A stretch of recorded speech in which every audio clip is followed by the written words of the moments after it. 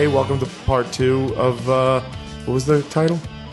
Just like new? Good as new. Good as new. Yeah, we're going to do part 2 of Good as New. Okay. All right, so just we have it.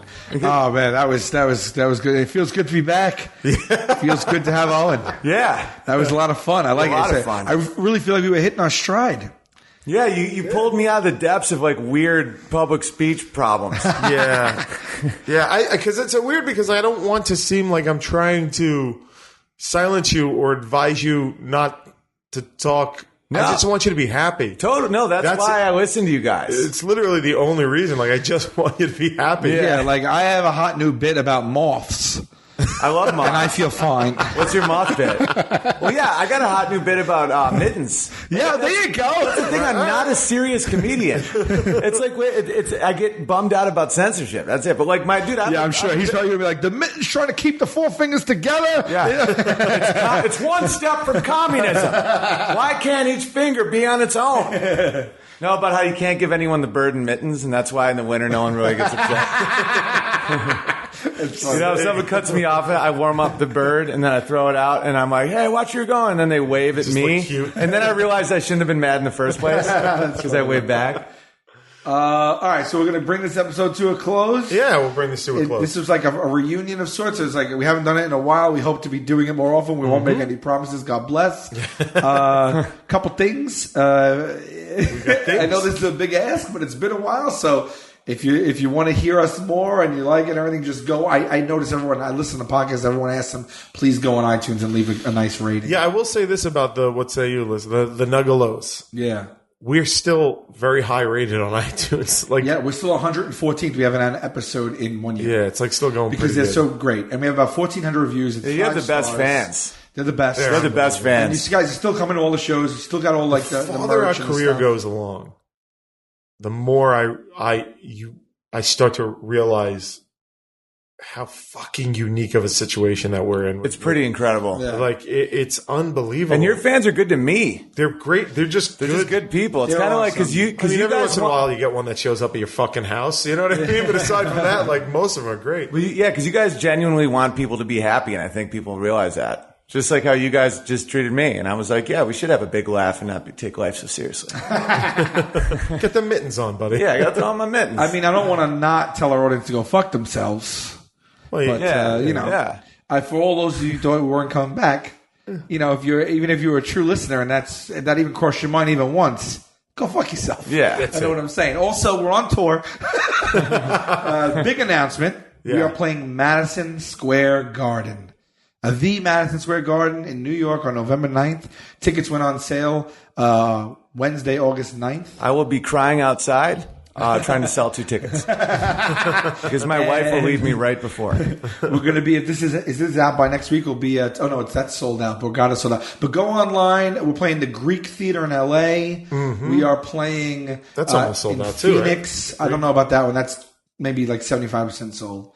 We're playing Phoenix, Comerica, I believe, in the theater. We're playing Vegas at the MGM on September 22nd. Phoenix the 23rd. LA the 24th. The cruise sold out. Minneapolis is September 10th. And then just look for more dates. We're coming to, in December, we will be in Portland. We'll be in Chicago, outside of Illinois. We'll be in San Jose. In December, we will be possibly in New Hampshire. The Greek is just about sold out. Yeah? Yeah. And the cruise is November 1st to the 5th, and it is 100% sold out. So we're looking forward to seeing any of you guys who are on it. We had to get a fully new lineup this year. They wanted... so no one from the cruise from last year will be returning this year outside of us. But I'll be in a rowboat next to it, just saying hello. But we might have friends still join just to hang, and also next year... Well, there is one returning act. We can start revisiting. The Elvis impersonator. And that was a fucking fight and a half. They really didn't... Yeah. Like, that was crazy. Yeah, they're awesome. I thought it was our cruise. Like, why are people telling us what to do? Yeah, well, I mean, because you know what it was? Last time we went on sale very close to the date. So we didn't have the full run of that we would normally have to sell the tickets. But it still sold really well, but we didn't sell it out. So I think this time they just wanted to use that as an extra oomph to people who may be rejoining. They wanted to let them know they'd have a new experience per se.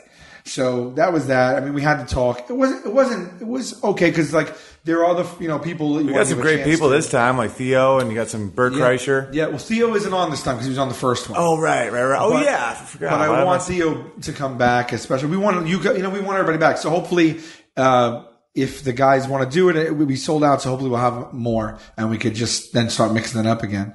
But it's really good to be back. Check out the website for our tour dates. Owens, and you're going to England.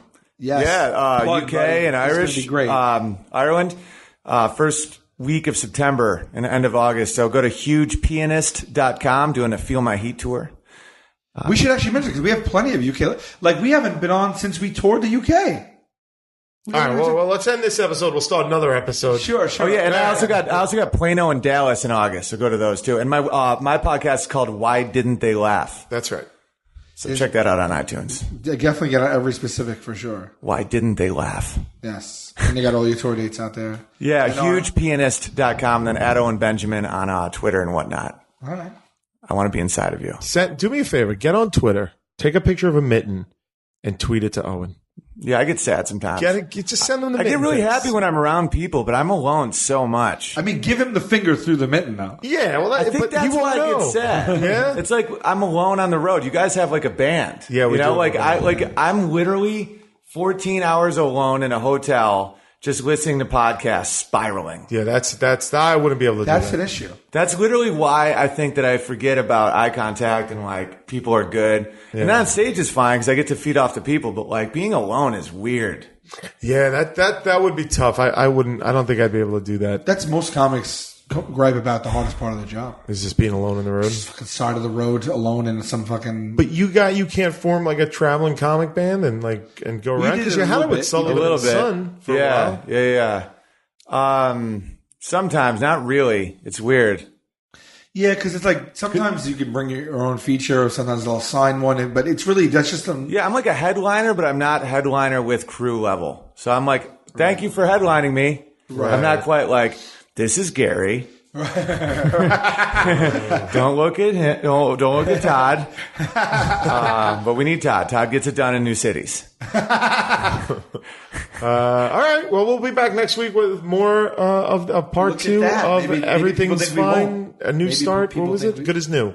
Good as new. Yeah. Good as new. Maybe people think we won't be back. Why don't you wait and see? Okay. You guys wait and see if we're back next week. All right. All right.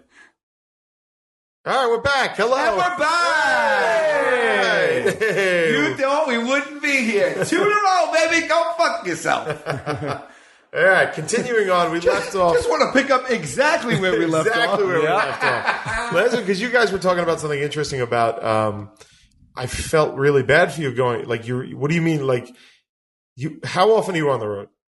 Well, 2 weeks a month, maybe 3 weeks a month. Lately it's been less because I had to finish a book. But a lot of times I'm alone. And you can't reading a book? You had to stay home for that? No, writing one. Okay, all right. That was going to be my joke too. I had to take time off work. I had to find out what happened at the end of Old Man in the Sea. Yeah. And you can't bring Amy and the kid. I do sometimes. Like they wanted to go to the UK with me, but then when we started like planning it, Amy was like, "This is gonna be rough," because like every time we were a different city every day, and you got to have a car seat and different sleeping schedules. And Walter's up every morning at 7, regardless if the Big Bear had some honey the night before. And Amy was like, it might be better if I just visit my family while you do that. So I'm going to be solo. Well, let's touch on this because before we did since the last podcast, we've toured Ireland and the United Kingdom with you. Yes. And that was an experience for the ages for all of us. Unreal. Yeah, that was pretty crazy. Which we actually forgot to mention last podcast, which is we're going back to the UK. All of us. You're going in September. We mentioned that, but we forgot to mention. We have a whole tour. We have a literal entire tour, the Where's Larry tour, going to Ireland and UK and all new cities and some of the same cities again in October. Right.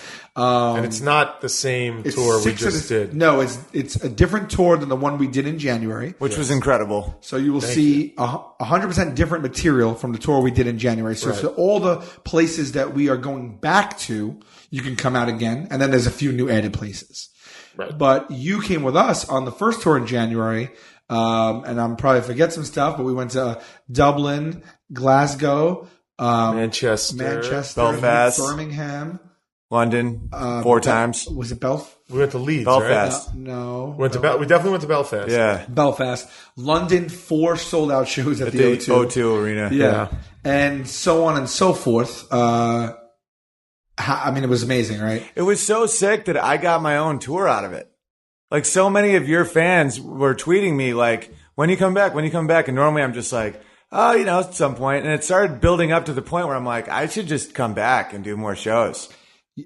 Because you were literally the perfect combination to go out there, and you just got everybody riled up. I mean, what was happening every night too is you do this song, and everybody joins in. And how amazing was it when everyone put up their lighters? Unreal. It was like life changing.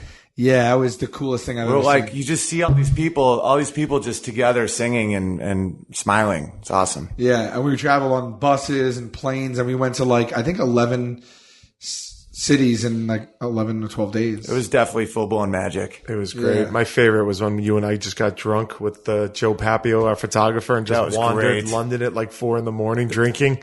It was great. Yeah, that's a Why Didn't They Laugh episode. Yeah, you turned it into a narrative. It was really funny. That's a Case Closed Beers Open. Oh, that was it. Right. Yeah, where it's the case of the missing or something. But it's like, I do this podcast with my brother about solving small crimes and getting paid in beer. And it's like old-timey radio with the sound of footsteps. And I made a whole thing out of our adventure. I know. I used the coasters. Oh, yeah. I made me coasters out of the wood, out of the trees. Yeah, absolutely. Yeah, we chopped down trees. But speaking of this is something cool that we forgot to mention last episode, which is, and I think you wanted to tell the story because it's fascinating to me. And I don't know if you know this, Q, but about you're going to tape a special. Oh, yeah, this is an insane story. Do you want to talk about this or no? Yes. Okay. This kid is all right. So I was going to try and raise 10 grand to shoot my own special at some point, so I put this link on my website and people just throw in a 20 or something at, hugepianist.com. And, so I'm on, Periscope, which I do a lot. I Periscope piano, and I always just say any song you want to hear, I'll play you, And what's that? What's the link for that?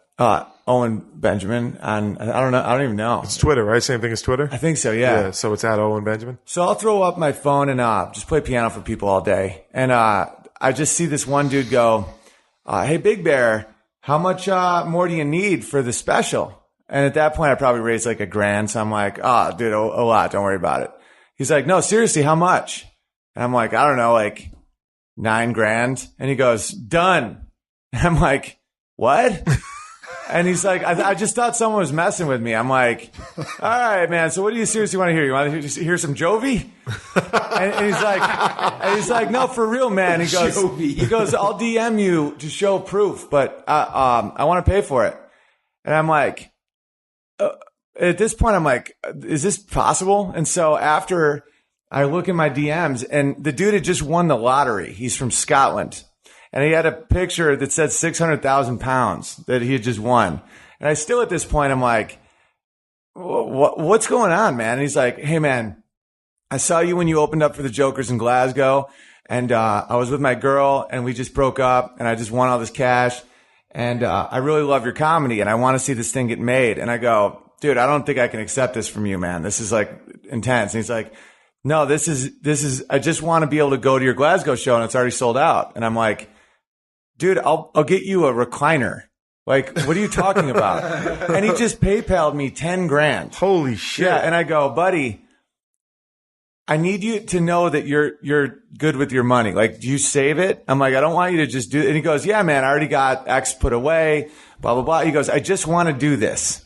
And I was like, you're the biggest legend I've ever heard of. Because I'm like, great. I even told him, I go, dude, I've been paid way more than this for scripts just so they wouldn't come out, and I'm still angry about it. I'm like, you paid me to actually hear my jokes, which is Amy started crying. And I was like, well, so what do you want in return? He's like, nothing, man. And I'm like, this is just one true act of good. And I'm like, that's you just had this amount of money, and you just felt the universe and thought okay, I'm going to make comedy with it. And so he did. And so I since then I've assembled a crew. I hired sound guys and camera guys and a director and an editor and like, you know, that's all. And I'm going to be shooting it in Manchester, and the Manchester show is sold out too. So we added like a 5 p.m. show, that people can go to, and we'll tape 2. Oh, and, wow, man, we're just, it's going to be called Feed the Bear. And, he's got a producing credit, I would assume. This dude, I might bring him on stage. I'm definitely going to bring him on stage, but like, yeah, like everybody who donates gets a producing credit because I'm just so sick of like network decisions sometimes. So I'm like, what do we need them for? Like, just give me $10. You're a producer. Let's rage. Right. You know? It is true. So it's like, and I'm just so grateful that happened. It's unbelievable. It's like inspired. It made me want to be a better person. Unbelievable. Just pulling the trigger. So this tour you have coming up is when you're gonna film the special. Yeah. And this girl that was a Why Didn't They Laugh listener, that's where I meet a lot of these people because they're like really intelligent, just good-hearted people. And one of them designed the logo, and it's a bear on Big Ben. Like he starts. Oh, I saw it. It's there's a awesome. whole cartoon she's making where it's a bear is on the Empire State Building, and he's grabbing bottles of beer out of the air like he's King Kong, and then he goes, you know, Feed the Bear has to go to England. And he goes on Big Ben. That's amazing. Yeah, That's cool, dude. And so my buddy Faraz Ozel is going to open for me because he had all these airline tickets, so he's just going to come That's rock it. great, man. That's fucking cool. And when is that? What's the date that you're taping it? September 5th, maybe 4th, 5th, 6th. That whole range I'm doing, Edinburgh, Cardiff, Birmingham, London twice, Dublin, Belfast, Glasgow sold out, but, Manchester, I don't know. I gotta look at that stuff, awesome. but it's exciting, man. That's unbelievable. We'll retweet that for you. Oh, thanks. The dates. Thanks, man. Yeah. Appreciate you. I mean, it's like that's insane. That's right? amazing, man. That's cool, man. That's the type of shit I'd want to do if I won the lottery. When did he break up with? Did she dump him before he won the money? Just before? That's fucking even better. It's hilarious. That's awesome. Oh, she dumped him and then he won the lottery. Yeah, That's great. I love that. Wow. I know, but he was still. I want to call him up. Let's talk to him about it. We really Get to the should. bottom I of want it. to know. I want to know, like, if she called back, if she tried to like rekindle. No, but yeah, and he's a little jammed up about it too. And I've been like, you know, Was it a scratch off? Was it like a No, it was online jackpot. an online jackpot? What the hell is that? I don't know. You know, people like gamble online. Oh, he was gambling online. Yeah. Oh my! And he won God. 600,000 pounds. That's awesome. Wow. Yeah. That's like 800,000, right? Like more Yeah. even. Nah, I don't know. You gotta. I mean, yeah. I mean, he's gotta. Wow. That's crazy. Good for him. And so I'm bringing him with me to Manchester. I got him a hotel and everything. And so, and obviously Glasgow, but like, I mean, we make sure this is not like a Selena situation, right? Like you. oh no, not at all. He's not gonna come out and. Bro, I'm bringing guns. No, he's a good kid. He's not gonna kill you and then put your face on his face, then try and get on stage and tell you jokes. Well, I hope he does. I mean, if he doesn't, that would be the most watched special ever. it really would.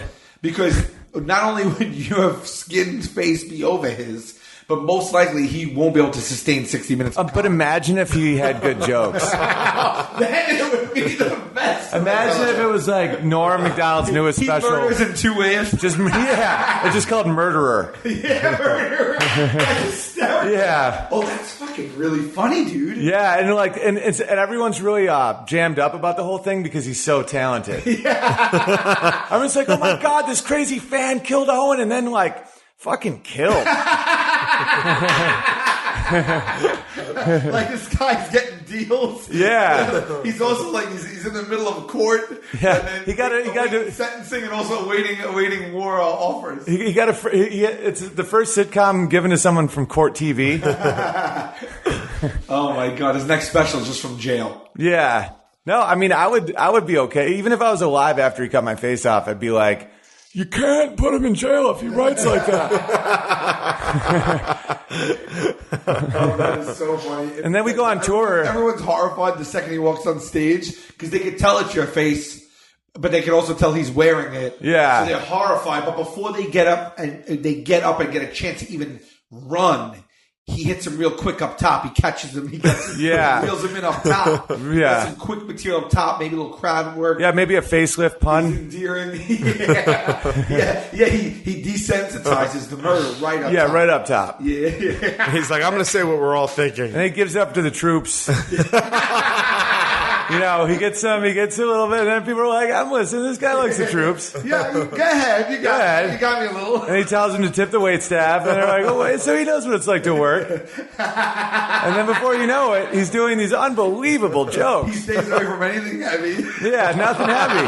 And if he does, he makes light of it, like Hitler's dog. Did you hear that Norm bit about Hitler's dog? Yeah. So funny. It's last fucking night, great. Actually, I started watching the new Norm special for the first time. I didn't get a chance to yet. Dude, love it. I watched like the first 20-something minutes before I went to bed, and I loved it all, obviously. See, he's like what I like, where he can surf that line of like intense shit, but silly and likable. Yeah, well, he was talking about, he even talked, it was some suicide material in there about erotic asphyxiation. Oh, yeah. And why the rope store sold so close to the wobbly. I mean, he's so good. Like, he's so good. You know what it is too? Like some of the stuff. Like I remember one of the jokes was like he was like touching on some really like kind of basic premise. Yeah, but it doesn't really matter because like the way that he's like Christopher Walken. Everything he says, he could be like, "So I had a can of Sprite, and I drank out of it," and you're like, just the timing of it. Yeah. He did this one bit once about alcohol being an alcoholic is a disease. He's like, a disease, huh? He's like, it's like I'm an alcoholic hanging out with someone with colon cancer, and it's like that's a disease. Mine's also a disease. He's like, what's yours like? And he's like, well, shooting pain mixed with dull, numbing pain. And he's like, well, me, if my disease makes me have sex with strangers. He's like, they're both diseases. Did you read his book? Like 3 times. Did you listen to it on Audible? I did, and everybody keeps telling me I have to. But it makes it so much even. It makes it so even better. Yeah. Oh, I gotta get that. Oh, his book's amazing. It's so his podcast too. I haven't heard it. Oh my god. Yeah. It's so. Is he consistent with it? Like he does it all the time, or is it like whenever he wants? Right. Yeah, it's like, I would be a little disappointed if every week Norm was. Imagine he'll go on a bender, that though. sucks. He only does it whenever he wants, not consistent and weekly. He's just so funny. Man. Go and fuck yourself. So, what's up with you and fucking heroin? Like he'll just hit people. Like it's just, and he's just so like he's like a child. Yeah. Yeah, that dog bit's amazing. Oh my god. He did the one of George Washington, where it's like where he chopped down a tree, and the old story goes that the parents came home and was like, I chopped down the tree and I cannot tell a lie. Yeah. And he's like, at that point, the parents, what's more disturbing? Right. That you can't tell a lie?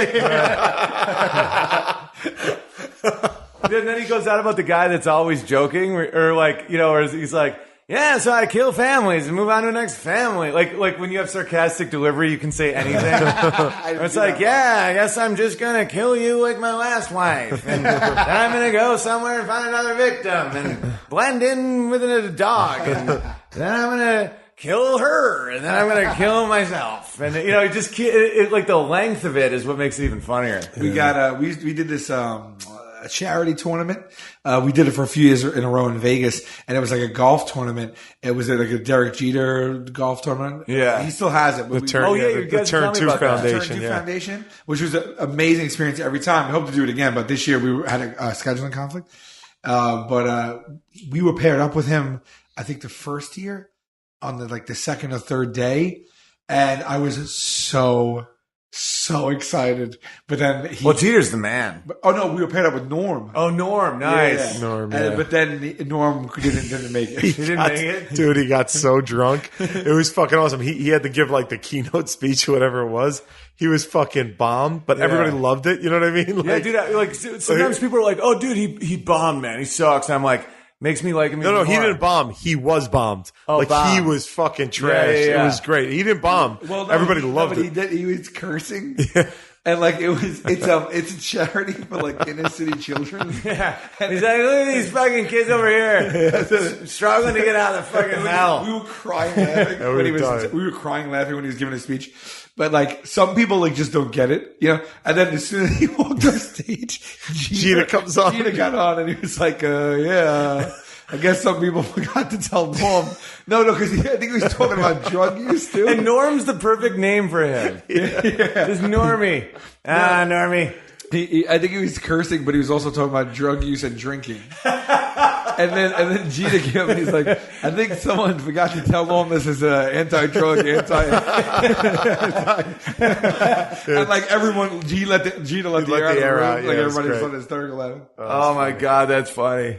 Yeah, Jeter's like we've talked about it. Like he's like a magical. fucking. He's like awesome a different dude. species. He is, man. Like if he did like your genetic thing, it would be like 90% unicorn. Like angel. Not even His kidding. part angel. Because he talks the talk, but he walks away. He backs everything up. Yeah. Everything. He is the most famous New Yorker and Yankee, maybe of all time.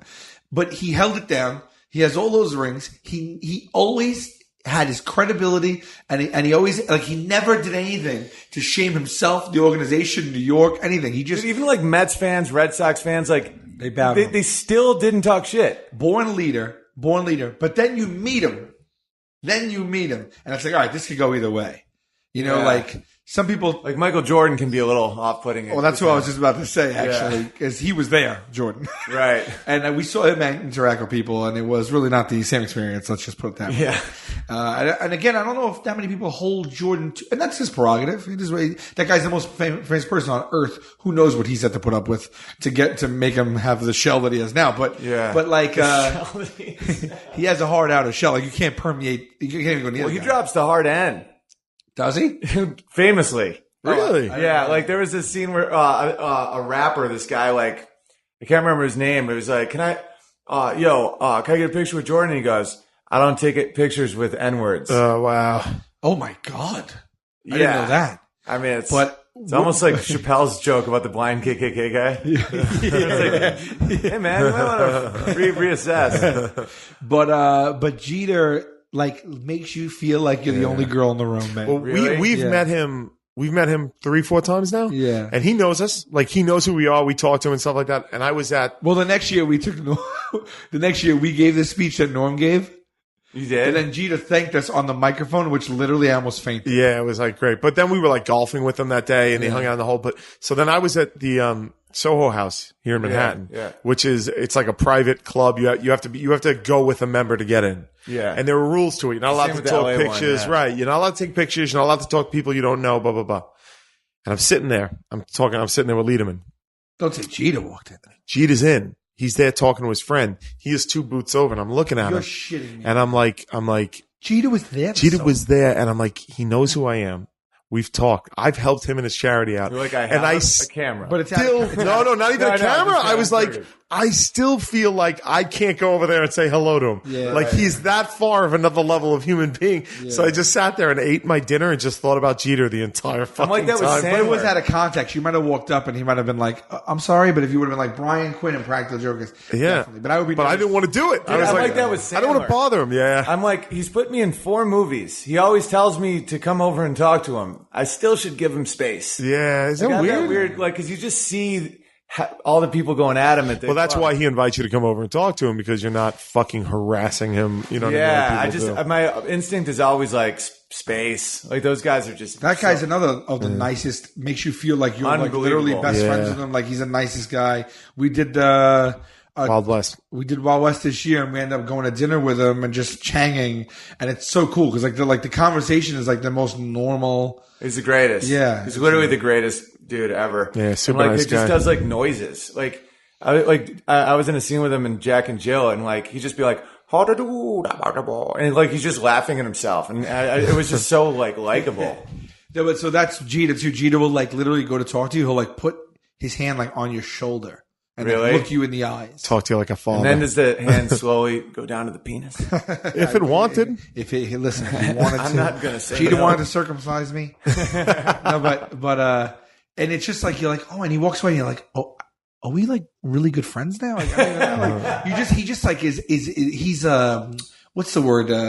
Not intoxicating. He's like charismatic. He's very charismatic, but he is what's the word I'm looking for? Like he pulls you in.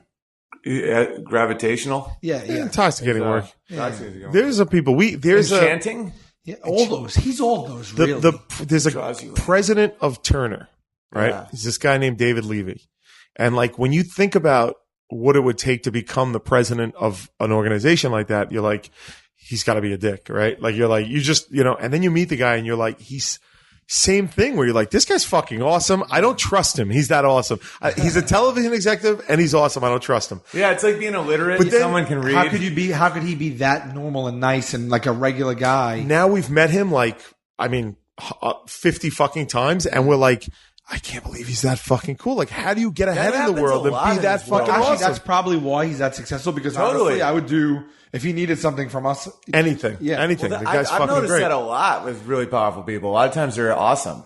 Because it's like, the competition to go up is so insane that like, why would you give it to a dickhead? Sometimes those guys get up with their own weird viciousness, but typically I just watched The Devil Wears Prada on a flight. Yeah, what was that? And it was the polar opposite, actually. Really? Yeah, it was what's her fuck? Capital B? Meryl Streep. And she was known, just like don't mess with her. She was she was tough love. I mean, in the end, it was probably to her own detriment as well. And in the end, that's the moral of the story. In the end, it helped, what's her face? Anne Hathaway? Yes. Yeah. But, which, by the way, did you see Colossal yet? No. Did you see Colossal? No. Fucking really good, man. Colossal. I did not see where it was going. Hathaway. Did you even heard about this movie? No. Oh, you don't mean dude. this. What's it about? You're not talking about Colossal. I'm thinking Colossal. It's about like a Godzilla stand-in. Godzilla starts attacking Korea, and she at the same time gets fired from her job and a boyfriend. Godzilla stand-in, like a monster, like a kaiju. I thought you meant a guy. No. Played Godzilla. No, was in a suit. No, like a giant monster, like a kaiju, starts attacking South Korea, and at the same time she loses her job. Her boyfriend breaks up with her. She's an alcoholic, and she's forced to move back to her hometown. And Jason Sudeikis is there, her childhood friend. And there's a weird, I don't want to fucking spoil it for you at all. Yeah. There's a weird connection between her and the monster and then the movie goes in places where you're like, this is fucking nuts. Incredible. It's currently in theaters. It was in theaters. It's on iTunes now. It had like a short run. It was like one of those movies. Those are the best though. Yeah, it's fucking bizarre. And I was never not an Anne Hathaway fan, but I was never an Anne Hathaway fan. And then I watched this and I was like, she's fucking good. She's like one of those bubbly, I've hung with her doing those award shows. Yeah. Hosting them. And she's, actually I have her on tape saying that she's a huge Owen Benjamin fan of the crowd. Oh, nice. No big deal. There you go. But, she's like one of those chicks that acts like, the dinner theater type actors. Where they're just like, hey, like real bubbly. Yeah. And just nice and like could break out into dance or song at any time. That's all right. That's pretty cool. Yeah. I'll take that over like mean. Yeah. Yeah. There's some mean But how people did we out get there. to Gene? Oh, because of Norm. Because we never had that fateful. So Norm was in a full We never had the blackout. fateful morning. Full blackout. So he couldn't even, he was too drunk to go golfing the next day. Well, I mean, I don't know. Or just didn't show up. Yeah. It was one of the two. I don't know why he didn't show up, but he didn't show up. So we never got And we saw him the night before. He's probably better off because I probably would have been like, yeah. No, I know. I actually probably would have known how to I think so, yeah. keep myself at bay, but I would have been inside thrilled. He has a Caitlyn Jenner joke about golfing that it's in print, but it's so funny about how like he's like, I got nothing wrong with this gal except I'm like, she get to golf from the female line? I was like, that seems a bit unfair. That's pretty good. Like, that's a fucking fun perspective. It's true. Yeah. That's my perspective on this whole thing. That's pretty funny. It's like, I think a lot, because my piano teacher got a sex change when I was 11. And like, so this is all old news to me. Like, I've seen all this shit. And it's like, my whole thing is like, do you have to, like with the military, it's like, do you have to do the dude test or the chick test? Because like, if it's the chick test, that's not fair. To who? Like, let's say you're a dude and you become a chick, and like dudes have to do 50 push-ups and women have to do 20. So now you only have to do 20? But who's it not fair to? The dude that like now can't, or the woman that now can't get in because someone with superior bone structure can just, right. Because that's the Joe Rogan thing where it's like when you watch Fallon Fox just beat the shit out of women, a little bit of you are like, is this okay? Yeah, like I'm all open-minded and shit, but it's like, well, who is it? It's a transgender fighter. Just okay. like just beating, housing women. Yeah, like breaking their eye sockets and shit. And you're like, listen, guys, I'm open-minded, but when you got the bone density of a man and the tendons of a man. Oh, wow. What's the general view on that? Well, see, that's why in the last episode, when you guys were like, when I can overreact to things, Joe got doxxed bad for like having that opinion. People came at him, and I had his back on Twitter, and I was like, he like masses of people said that he was transphobic for saying he didn't enjoy watching that woman just beat on women. And I'm like, that's not transphobia. That's like feminism. Like, how is that bad? Yeah, I mean, I don't even see the argument the other way. I mean, it's ridiculous. Mainstream. It's extenuating circumstances. Yeah, because there's another factor. Fallon Fox never disclosed that she used to be a man to the women that she had then beat the shit out of. And I find that it's like an episode of Cops. It's like I'm watching someone with a male physique beating the shit out of women. That is a rabbit hole to fucking take a stand on, because like at what point, and I don't know the answer to this because I'm fucking so out of touch. But like, at what point are you considered a woman? When you declare you're a woman, or like when are you? When is society supposed to say that you're a woman? When you're trans. What's the word? Transitioning. Like, at what point is it the second you say you declare I'm a woman, everybody is supposed to? Yes, that's what it is. And if that's the case, yeah, but that's not what it is, because I can't be like, I'm a woman. No, but that's what's being argued. I can't hit a woman and be like, I'm a woman, so. But that's what's being argued. But that's not even kind of what's being argued. That is actually what's at stake just there. a baby in Canada born without an assigned gender. Which means that there's no will whatsoever of that human, but yet that's happening. And so when I'm talking like this stuff, I'm most likely that kid's going to be like, statistically speaking, that kid's going to be like, what was he born? What was he gender if this was 10 years ago? A dude. Statistically speaking, he's going to be like, I'm a dude.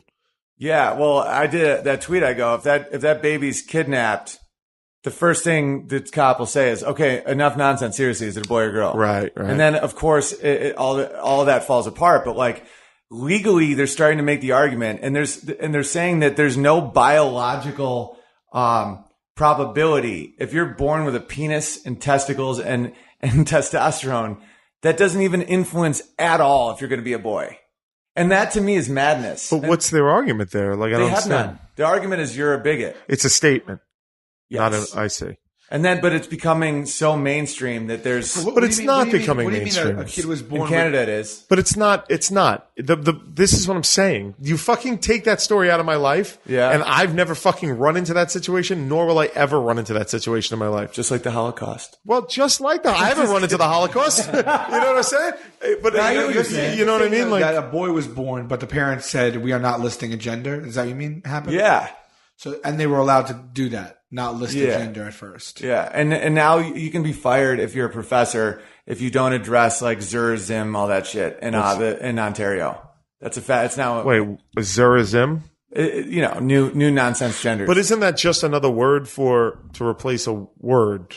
Yeah, it's all complete bullshit. Right. And like, I don't need to even care. I like how you guys brought me out of that. Well, to me, I'm always just like, let them have it. That's my thing. I'm just like. That's my thing will too. Never affect me, but it does though. Dude, read the Gulag Archipelago by Solzhenitsyn, or don't. Probably better not to. I won't. That's the thing I'm saying. I won't. And you know what I'm going to do is like I'm going to watch Guardians of the Galaxy 2 tonight. I'm going to make some popcorn. You're right. Then I'm going to watch porn and jerk off, and that's going to be my night. And Zers and Zims are never going to come into my life. Let me ask you this, right? Okay, I'm born. Let's say guy. Right. Yeah. I have a good life. Yeah. You know. I want to help people, so I become a doctor. Right. Okay. Go through medical school, do my residency, I get a job. I'm like, this is what I was meant to do. I feel that this is what I was meant to do. I love it. And I'm a good doctor. You'd be a great doctor. And I'm practicing and I'm doing it because I want to help advance the human race. Maybe let you stitch my wing. Then a kid comes in.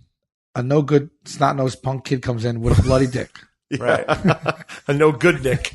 Dry humping his way through the population. He lies right, and I got it. He did it on a pool. We all know he's lying. Yeah. We all know he's lying. Might be your daughter. Might be my daughter. By the way, you're the 8th dick I fucking sewed up this week, and I didn't do this to get into the dick sewing business. You think you're and now I gotta I'm not a Dick Taylor. Yeah. I gotta sew your dick up, and before you leave, I gotta fan through my fucking appointment book and give you an appointment to come back to touch your dick again. Right. To make it good as new. I don't get, as a doctor, like, how do we have so many doctors? Because they're not signing up for that part of it.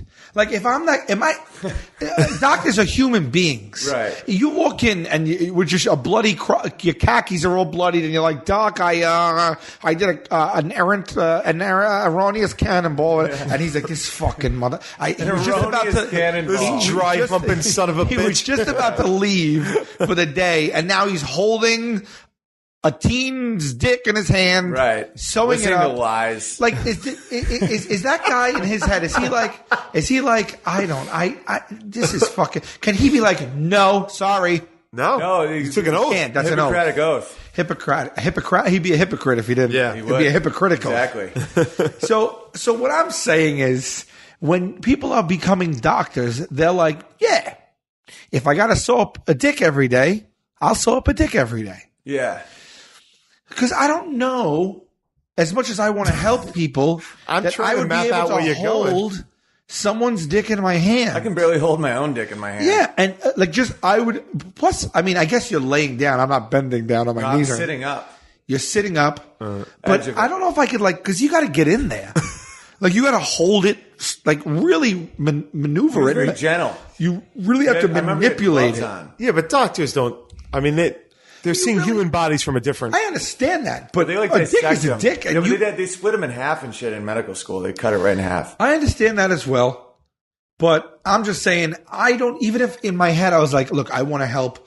Maybe forward the advancement of some type of medications for cures of certain diseases. Yeah. I want to help people deliver babies. I want to be there in someone's, I have a great bedside manner. I want to ease the pain for whatever you want to do. What made you want to become a doctor? But they're not ever saying, I want to sew up dicks. It's almost like when we fly to gigs. It's like, we're here to make you laugh, but we got to sit in this little tube in the sky for 10 hours. I understand it's a means to an end. I understand it's necessary evil. To that bedside manner. I understand that, but what I'm saying is, I don't know if I could bring myself to be like. Well, that's why you're not a doctor. Well, that might not be why. I just never thought of it. But I'm saying, there's got to be law of averages. A doctor out there that was like, oh refuses. Shit, dicks. Like, he already became a doctor, right. And then you walk in, and he's like, all right, and then I'm going to blow your mind. Do you know which type of doctor has the highest suicide rate? One of the highest suicide rate of any profession ever. Dentist? Pediatrician. Dentist. Yeah. Dentist, because they're locked. They're basically living a prisoner's life. They're locked in a fucking tiny beige room, mostly by themselves, for hours a fucking day. And their work to become a dentist, you have to become so trained, so specialized. One of my good friends is my dentist. Expert. Yeah. And most people can't afford it, so they just go and just give me the cheapest shit. So all your skills go to waste. You're alone in a fucking room all day with people. Really? Yeah. 4 out of 5 dentists agree to suicide. Yeah. So there's a super high dentist rate. Oh, wow. Dentist suicide. Crazy. Isn't that nuts? I did not. Yeah, and also no one's happy to see them. Nobody. Yeah. Nobody. Well, my friend is a dentist. He has a really nice staff. He has a good attitude. He's successful. I don't mind seeing him. All right. Anyway, we can move on. I'm just thinking out loud. I never go to the dentist. No? Ever. Why? I don't need to. Why not?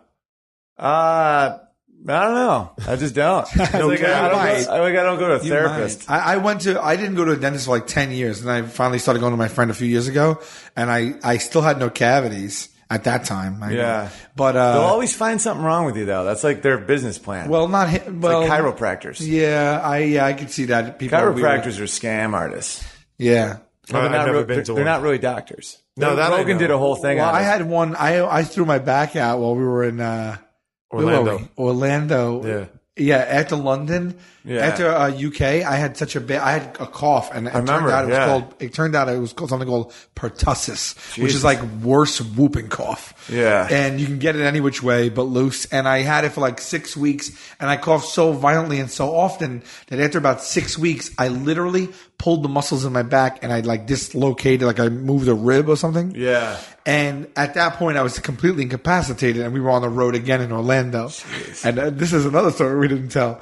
And I couldn't stand, and I literally couldn't move, or I would collapse. Nothing's worse than back pain. Wait, this story gets so fucking good, dude. They put a full recline, a full chair, a cushioned chair on stage. Yeah. You know, we do like a 80-minute show. I had to sit in the chair. I couldn't move. Wow. So right beforehand, as an emergency, they called a chiropractor. We were in the stadium too. Weren't it the stadium? It was an arena in Tampa. Yeah. Oh, we were in the Tampa Bay Lightning. Yeah. Their arena, right? Wow. And this story's amazing. So I'm like, it's hurting. And when I'm walking around, I feel... I hear and feel the vibration of the. Like, do you remember even the month this was in, by any chance? I do. It was January. Thank you. Okay. It might. Yeah, it was January. I just need to narrow down my photo search. It was the end of January or the beginning of February. Got it. And so this is good, right? So this is awesome. So I can't even. So I'm walking, and it's the most foreign, odd feeling I've ever felt because as I walk or turn or move, I feel a loose bone. Like I feel it going, like I just feel it going, like popping in and out, popping in and out with every movement, popping and locking. Yeah, and you hear like you hear like that. Yeah, everything, and I'm like, this feels like if I am too sudden with a movement, who knows? I'll break my goddamn back. I don't know what it was. Right. And let me say, and look, you know how much I love Sal, but for 6 weeks he was in agony over a cough, and there's a point where it gets hard to be sympathetic about that. You know what I mean? There is a point as a bystander where you're like, it's a fucking cough. Like, stop. You know what I mean? But once I threw my back out, then I couldn't cough because the cough was so deep and bad that if I coughed. I didn't know this was happening. If I coughed, I would literally fall to the floor and have to be picked up to be moved. Jesus. That's how bad it was. So imagine having the cough for 6 weeks before the back, and then the back happens, and I had the back for about 3 to 4 weeks before I can move. So I was out of commission for about 2 months. That's why you guys don't pay attention to these news items. You have your own problems. So they get a chiropractor. Yeah. Right. So at this point, I'm walking around, but I hear the rib shifting. Oh my God. And I'm nervous. And if I turn anything too suddenly, which isn't a lot, I wasn't that mobile. And if I even just turned the slightest bit too much, it would make it worse. So right before we go on stage, you have a chair for me on stage. You're like, we got a chiropractor. He's in the room. Go see the chiropractor. So I go in there. I'm like, hey, I tell him I lay down. He starts feeling me. He goes, yep, I feel it. You have a dislocated rib, a dislodged rib. I was later told by a doctor that is not even a real diagnosis and it doesn't exist. And that they took x-rays and he said, I didn't have that. Most likely I have a teared muscle. Okay. So this guy says 100%. I feel it right now. I'm moving it with my hands. This is what you have. I probably can't fix it right now. I'll need a few sessions. Exactly. But I could probably pop it back in for now. That's how I feel about dentists. Or try to pop it back in for now. So I'm like, if you can pop it back in for now and this goes away, I can perform. Like I got to go out there for 80 minutes. I can't even stand. Yeah. He goes, no problem. So he lays me on my back, lays me on my side. He positions me a certain way and he pushes in and I hear like crack, crack, crack. And I'm like, ah! He's like, there it is. It's back in. So I'm like, okay. I'm like, oh my God, that hurts so bad. Oh. And I'm like, all right. So he held me up and he's like, it's back in. And, oh no, I'm sorry. Let me back up 1 second. I was in excruciating, shooting, sharp pain, but I didn't feel it moving around yet. Yeah. I'm sorry. Oh, so now it's moving around. I'm sorry. Yeah. He cracks it. So whatever. I say thank you. I paid him like a couple $100. He leaves. I walk back into the other room. As I'm walking back, I hear clink, clink, clink, clink. The whole thing is literally shifting with every step after he touched it. So I was like, now I'm even more nervous because now that is a weird feeling to feel your bone just slapping around on the inside. Yeah. So it felt. Yeah. And he did that to me. Oh my God. And so I walk into the room post choreography. This just happened to him. His rings are clicking and clacking. We've become friends with the great Tino Martinez, Yankee player. Yeah. Right. Amongst other teams. And he came by way of the Jeter. Right. He came up to us and asked us, he was like, my family's fans, can we get a picture? We're like, are you fucking kidding me? Like, yeah, of course. We've stayed in touch. Really nice guy. We invited him to the Tampa show. Sal walks in. Tino's standing there, right? No. He walked in. You were already back in the room. Like, yeah. Tino sees. Now, Tino is in fucking perfect shape. Yeah. Like he has maintained it. He's fucking, what a head of hair on this guy. He's gorgeous at the toe, right? He sees Sal, he pulls Sal in and gives him the biggest hug. No. And fucking slaps back. Rap on the back. He pulled me in, bear hugged me, and then did that thing where you were like really happy to see someone. And you go, and just he hit my back. And in his arms, I became a wet noodle. I slipped through his arms. I literally let out a yelp that went silent. Like, you know what? You ever try to yell so loud it goes silent? Yeah. I yelped like a dog. My face turned beet red. Tears immediately shot out of my eyes. And I just slipped through his arms to the ground and dropped dead weight to the ground. What did he say? And I was laughing and crying at the same time. And he thought I was joking around. And he kept hitting me. And I was like, please stop, my back. And he was like, oh, okay. And I'm like, no. And I'm laughing because he doesn't know it because it's that fun. The situation. You realize it's funny, but it's still painful. The situation is that funny. The odds of him coming in, bear hugging me, and essentially start hammer fisting my back. And then once you pass out, he then only does more. The pain surged to the point of passing out. Like it's like when Rambo was sewing himself. Right. But I was laughing because he kept doing it. You ever the pain was so much that I was laughing. That's how much I was going insane, but I couldn't get the words out to tell him that he was hurting me. And I dropped to the floor and then he's laughing at me on the floor. Well, we're all laughing. Here's Joe Gatto, Tino Martinez, our tour manager Jeff Johnson laughing over Sal. That's crumpled on the floor. It's the best. Did he realize what had happened? Well, we were all laughing and trying to explain it to him, but he was laughing and he was like, I'm so sorry because he's super nice. Yeah. But it was so fucking funny that we were all just dying of laughing. Insanely This is funny. right after the chiropractor shook everything up. So now he punched it, slapped it, and now it's 10 times worse. Mind you, before I told you I had little to no mobility, and if I turned slightly too fast, I was on the floor. Yeah. Now imagine a guy comes and cracks my entire back, and then the guy just starts punching it, and then 30 seconds later we're like, "Hello, Tampa."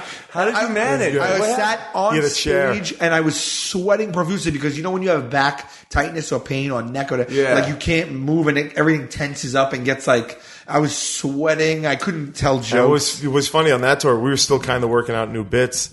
And he would forget how physical his bits were at point. So he would start into them, and then he'd realize, and he'd look at me with his eyes. He'd be like, I don't know. I'm like, I would try to get up from when I was really talking, but like when I wasn't talking, sit down. But then I remembered, like, because I couldn't even yell. And so there was parts where How did you get healthy again? I'll put it to you this way.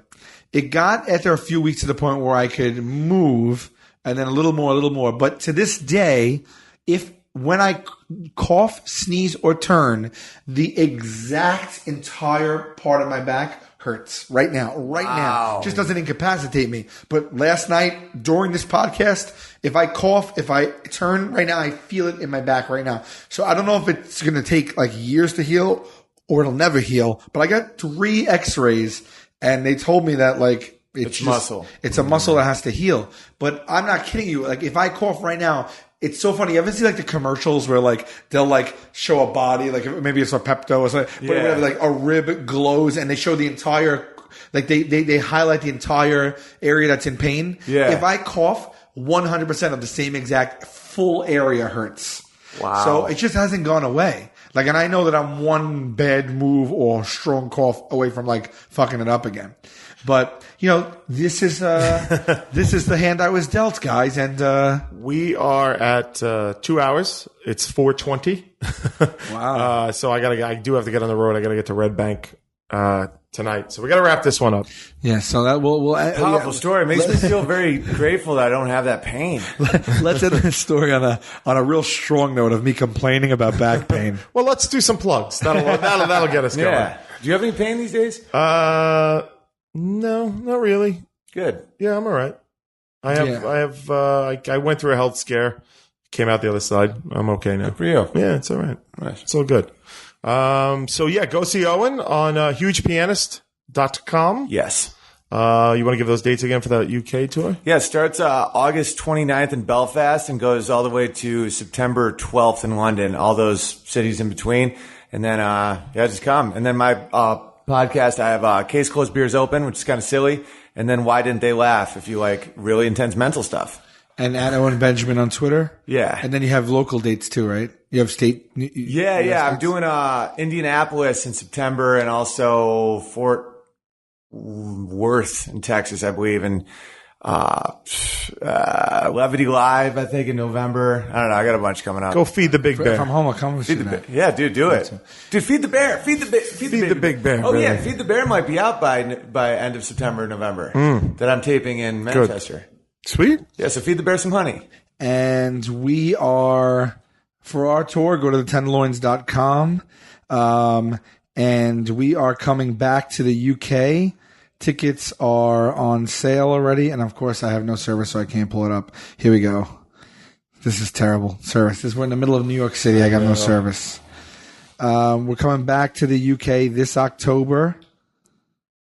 And I'm a minute away from pulling up those dates. And we have Here we go. Madison Square Garden coming up in November 9th. Right? November 9th is Madison Square Garden. Tickets are currently on sale. That'll be the biggest night of show of our lives. Yeah, please come. Yeah. It's the Santiago tour. That's not the tour that is going to be in the UK. But it is going to be a real special night for us. And it's going to be insane. So please come to that. Tickets are on sale at Madison Square Garden. And then UK and Ireland is October 5th, we're in Manchester. October 6th, we are in Glasgow. October 7th, Sheffield. October 8th, Cardiff. October 10th, Leeds. October 11th, Nottingham. October 12th, Birmingham. October 13th, London. October 14th, Newcastle. October 15th, Dublin. And I believe that we are somewhere on October 9th as well. We filled that date in. So check that out. We're also going to be September 10th in Minneapolis, September 22nd in Vegas at the MGM, September 23rd in Phoenix, you remember all that shit, huh? Nice at work. the Greek Theater in LA.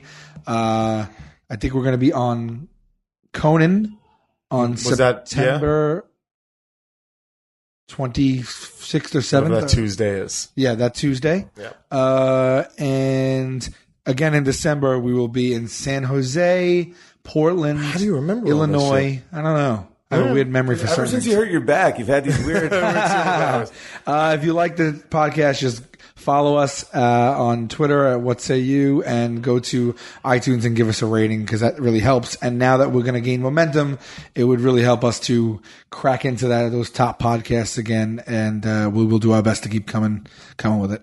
All right. Go fuck yourself, guys. Go fuck yourself. Yeah, go fuck yourself.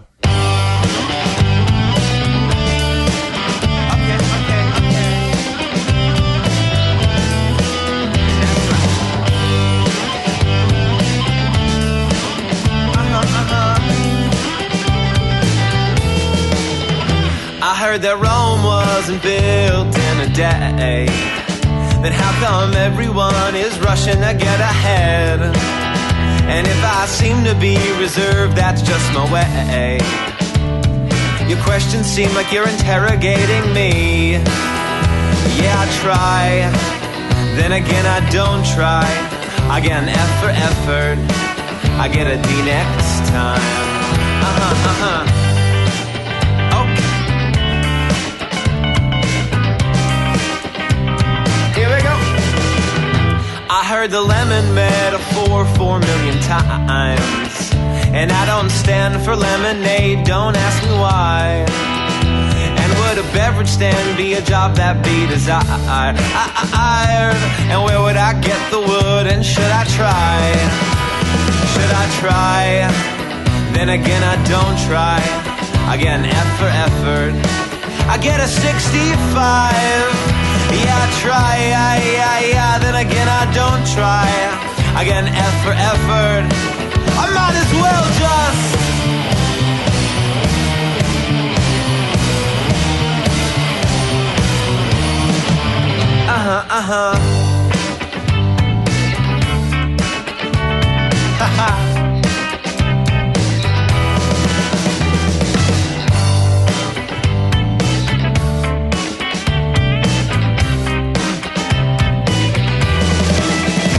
I heard the currency don't grow like leaves on trees. Then how come my money comes and goes so seasonally? And I wish farmers planted plants instead of thieves. My friend pays a ton of green for greener groceries. Yeah, she tries, then again she don't try. She gets an F for effort. She'll plant a tree next time. Yeah, she tries, then again I don't try. I get an F for effort. I get a D next time. Yeah, I try, then again I don't try. I get an F for effort. I get a 65.